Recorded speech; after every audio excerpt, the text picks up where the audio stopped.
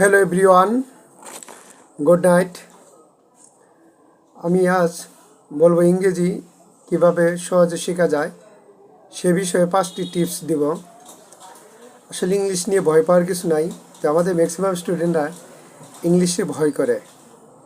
আসলে ইংলিশে ভয় দূর করার জন্য বা ইংলিশ শেখার জন্য প্রথম আপনার ফার্স্টলি যে কাজটা করতে হবে, রিমুভ ফিয়ার ফ্রম মাইন্ড। এই মন থেকে ইংরেজি শেখার যে একটা ভয়, এই ভয়টা দূর করতে হবে এবং সাহস যোগাতে হবে। এটা হলো প্রথম উপায়, মানে রিমুভ ফিয়ার, ভয় দূর করা ফ্রম মাইন্ড, মন থেকে আপনি ভয় দূর করতে পারলে অনেকাংশে ইংরেজি শেখার জন্য এটা সহজ উপায় এবং মাধ্যম হিসাবে কাজ করে। 2 নাম্বার, এভরিডে প্র্যাকটিস।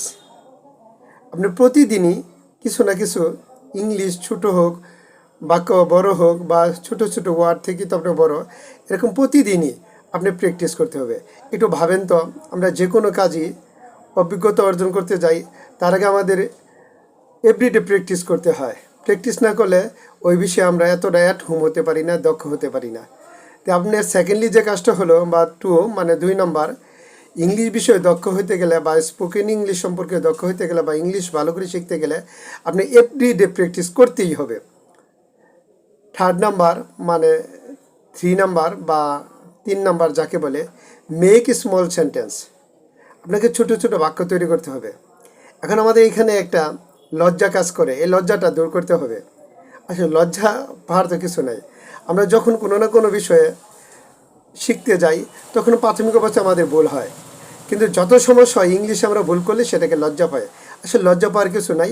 আমরা প্রতিদিনই মেক স্মল সেন্টেন্স, প্রতিদিন আমরা ছোট ছোট বাক্য তৈরি করব। হ্যাঁ, ভুল হোক, সমস্যা নাই। এক্সাম্পল আপনাদেরকে আমি একটা কথা বলি, যেমন মনে করেন আমি কচু শাক খাই, আর কচু শাক ইংলিশটা তো আমি জানি না, তো আমরা এবার বলে নিব আইট কচু শাক, আমি কচু শাক খাই। মনে করেন এক্সাম্পল, আমি চিংড়ি মাছ খাই, আর চিংড়ি মাছ ইংলিশটা আমি জানি না, তা আমি কি বলতে পারি? আই ইট চিংড়ি মাছ। এই চিংড়ি মাছের ইংলিশটা জানি না, এর জন্য আমার ইংলিশ বলা থামা যাবে না বা তৈরি করা থামা যাবে না। মানে সেটাকে আমি ইংলিশে না বলতে পারলেও বাংলাতে বলে বাক্যটারে কমপ্লিট করব, এটা আমার মনে রাখতে হবে। আর 4 নাম্বার